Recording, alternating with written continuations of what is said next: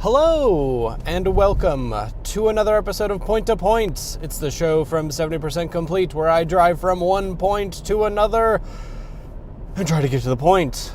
Today's episode is chock-a-block with artificial intelligence. Hey, did you know? Did you know that the artificial intelligence bubble is a-burstin'? I mean, I don't wanna be too high and mighty about it, but the most recent news is that OpenAI last night is shutting down Sora. Did you know that Sora was still out there? I sure didn't. Did you also know that it was supposed to be a social network? That was the thing I was unaware of. I just knew it from the incredibly cursed launch video, which is an artifact of time. You watch that thing and you wonder, man, took him that long to shut that thing down? And kind of along with that was the, I guess the backing out, the folding, what have you, of Disney's $1 billion investment in OpenAI, which is hilarious. Now they're going to have to hire more people. It's so sad for a corporation. So, that's fun. That's kind of going to dovetail into today's actual topic. I was listening to an episode of Game Mess Morning yesterday on the way into work. And it was the episode with Jeff Grubb, the host, and Nathan Grayson of Aftermath. Go check out aftermath.site. Good stuff going over there. It is currently Woke Week, Woke 2. There's some good articles out there. And they were talking, I think, towards the end of that discussion because of Crimson Desert having AI assets in it and how people will just go to some really weird lengths to make placeholders, which is weird because wouldn't you rather put all that effort into the art, what is being place-held? But hey, I guess that's what happens when you get caught. The thing that I think Nathan posted, Grubb, though, and I find this a very fascinating question, is do you think that we are going to find AI artwork? Do you think we're going to find AI artwork inside Grand Theft Auto 6? To which the answer is, at least to me, 100% yes. Like, I don't think there's a world in which we don't find an AI texture, an AI poster. Like, there will be artificial intelligence inside of Grand Theft Auto 6. It is impossible for it not to be.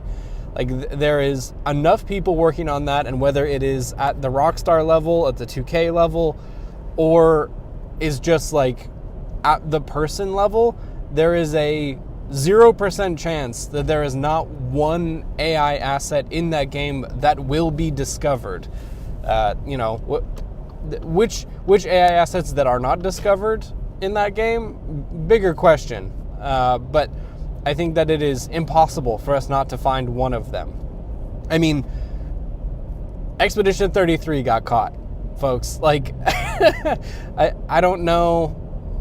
There is not going to be a more scrutinized for AI game than Grand Theft Auto 6 when it comes out. Like, that game is going to be a microcosm of people coming out who only want to champion that game because it's the one game they are going to play for the rest of their lives until Grand Theft Auto 7 comes out in 15 years. And it is also going to be one of those games that comes out and there's just going to be a part of the internet that's going to go hater mode on that game. Where it's just anything about it is going to be the worst thing ever. So I think that there's like a 0% chance. Like, it has to have AI assets in it. That's just what's going to happen. Which is, not surprising with the current state of things. It's nice to know that there will not be probably AI-generated video from Sora in there. A hilarious name for a thing that is dead now. What's up, Kingdom Hearts 3? But the thing that I kind of wanted to talk about today in today's episode, my real point is not if there's going to be AI in Grand Theft Auto. We've already gone over that. There will be. I think the bigger question is, will people care, and does it matter? And I think this is a topic that we've talked about a little bit before, and I think it's something that the industry in general has been testing. And you know, the most prominent examples are Arc Raiders and the finals. Arc Raiders famously now, I guess, a couple weeks ago, in an interview, one of I think maybe the head of the studio of Embark mentioned that they are replacing some lines of the AI line readings, you know, for reasons. I mean, who could say? It's not like the AI voice is bad. So they're replacing some of that. So we're kind of already seeing a little bit of the erosion in, you know, AI supremacy as fantastic technology. And, you know, Crimson Desert recently got caught with their textures. I believe the one that I saw at least was gravestones written in Hebrew, but it was upside down and gibberish, which is, yeah, I mean, sure, that's fine, I guess. And so I kind of wanted to talk a little bit about, you know, does it matter? Is there an impact to these things? Because, you know, everyone in gaming has already assumed that Grand Theft Auto 6 is going to be the single biggest video game kind of ever. It's going to come out huge. People are going to buy PlayStations for it. There's kind of like assumptions that is perhaps why PlayStation is pulling back on PC stuff right now, to like sweeten the pot for people to buy a PlayStation 5, on top of, you know, hey, you can get Grand Theft Auto 6 and check out all these new exclusives that you can get in the future. So there's kind of this rallying effect where business strategies for the, I guess, for PlayStation, I was going to say console manufacturers, but really it's just Sony, I think. Xbox, who the fuck knows what's going on over there. Their strategy at this point is run by Copilot, I assume. And then, you know, Nintendo is just doing their own thing. I had to transfer some screenshots from my Nintendo Switch Lite for my Metroid Prime review, Metroid Dread review, Metroid Dread review currently on the site. I had to do that by scanning 2 QR codes, connecting to a local network, and then connecting to my Switch's IP address to get some screenshots off of that thing. And yet again was I reminded the batshit insane things that Nintendo does. I don't think they care about GTA 5 at all. They might know that it's coming, but I don't think they really care. They don't need to. It doesn't matter. So I think this is really just a Sony thing. But also, you see that, and then you see Rockstar saying, actually, this game is not coming out on PC right away. Cool. And now we kind of have this big moment where this game is going to be huge. Like, you know, Grand Theft Auto 5, also huge. Is the amount of AI in that game, whether it comes out day one or, you know, whatever, does that matter? Did the AI, like, calling cards or whatever in the latest Call of Duty actually do anything? Did the AI voices in Arc Raiders actually matter to the sales of that game? And I think the struggle here is there is a very vocal minority of people on the internet who shout this stuff down at any chance they can get. And then I think that there is a non-vocal majority who recognize that there's some jank in these games, or that voice acting sounds weird, or why do all these calling cards look really strange? And I think for the most part, those people are not either, engaging with games media in a larger sense, or if they are, I don't think that they're going to the websites that have big anti-AI angles. Sorry, IGN and The Gamer and DualShockers, etc. But I think for the most part, we're kind of talking about people who engage with the medium of games through, review scores and not think pieces. And the thing that is kind of confronting about this to me is that I think if people were to sit down and say, hey, this game has AI images in it, and that means that a person didn't get to work on this. They just sat down in a random image generator and they made the textures, these fake newspapers. And I think if you sat someone down and said, hey, that probably cost someone a job and, is boiling the ocean, I think generally they would say, dang, that sucks. I wish they didn't do that. But a lot of these games are skating by not acknowledging it, and then for the most part, when they're caught for it, the mea culpas come out. But I don't know how many people who bought Crimson Desert know that there are AI textures in that game, and if they are not, substantial to the enjoyment of the game, like if you're not looking at like a melting AI person face in that game, or like, if one of the NPCs isn't saying slurs at you because a bunch of preteens came in there and had some dumb fun with it, like, I don't know how much that is actually going to impact the bottom line, which I think is both good and bad, right? Like, I think we all have a decent amount of AI radar on us where we can kind of say, like, that's trash and I don't like that. But also, I think a lot of people who play these games don't really care and it doesn't really matter to them.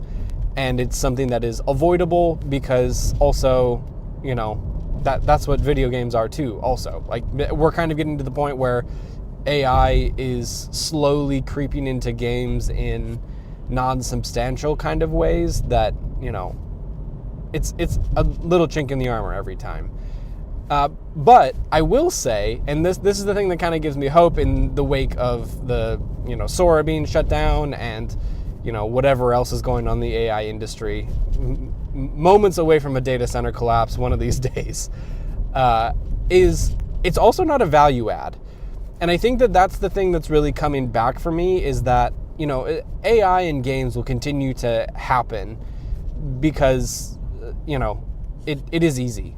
It is bad, but it is easy to do that. I think that there are certain incentives within certain companies that kind of force that interaction as well. But at the end of the day, it is neither, a super negative experience for these companies. Like, I don't think Pearl Abyss is taking too many hits. We just saw, I think yesterday, that they took a big stock hit when the game came out, not as great as they wanted to. Stocks rallied after, they released some performance patches. So, the news about the AI textures in that game was just a blip. It was not a big thing that was changing the overall performance of that game monetarily for the executives, which, sucks that, the business is not being negatively impacted by the use of AI. But I also would say that we've kind of reached this point where, people are signing deals for stuff, but it is for helper characters in Dragon Quest X, an MMO that's been out forever. It's not, Pearl Abyss has announced a partnership where one of the characters is being run by the Ubisoft character chatbot thing. Like, we're starting to see the point where the incentives are not in favor of the companies doing these anymore, because it seems like the general tone on AI and the gold rush has eroded a little bit. And as much as I look at the idea of there being AI in Grand Theft Auto as kind of like a positive indicator of where we're going. I think that the fact that we haven't heard about Grand Theft Auto having any AI in it at all in like a positive kind of way, this is the biggest game coming out.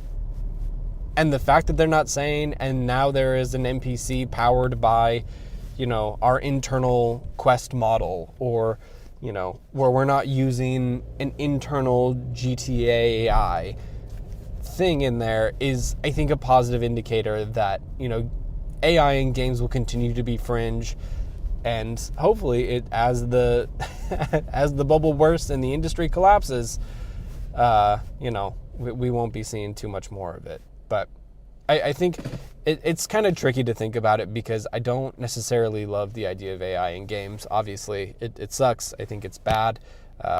As much as Epic wants to say that it's not related to it, I imagine that there's some amount of, we invested too heavily in AI and we had to lay off 1,000 people and change the exchange rate on V-Bucks.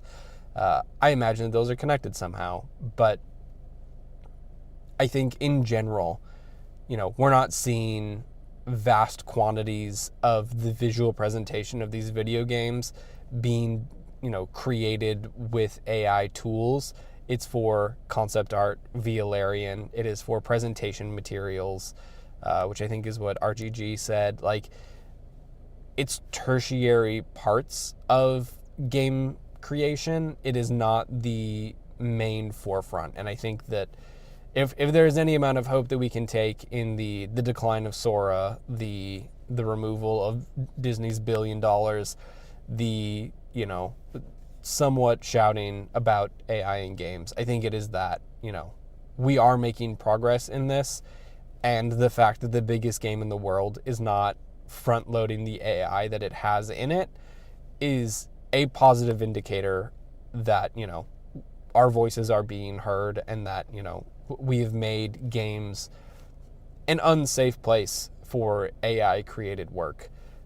Sure, there will be whatever the fuck that game is called that is a 100% vibe-coded, playable experience, which is hilarious that they have to put playable in there.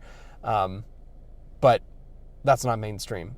And I think that is going to continue, and hopefully that's where we end up going in the future. So, yeah, AI in games,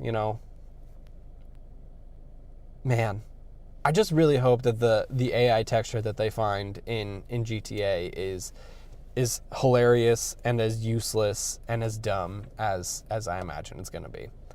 But hey, that's going to be today's episode. We'll catch you a different day, perhaps tomorrow. We'll see. PAX is coming up this week, so if you are going to PAX East, I will be there. Come say hi if you spot me. You can see my face now, so say hey if you're around. Otherwise, have a good day. We'll see you.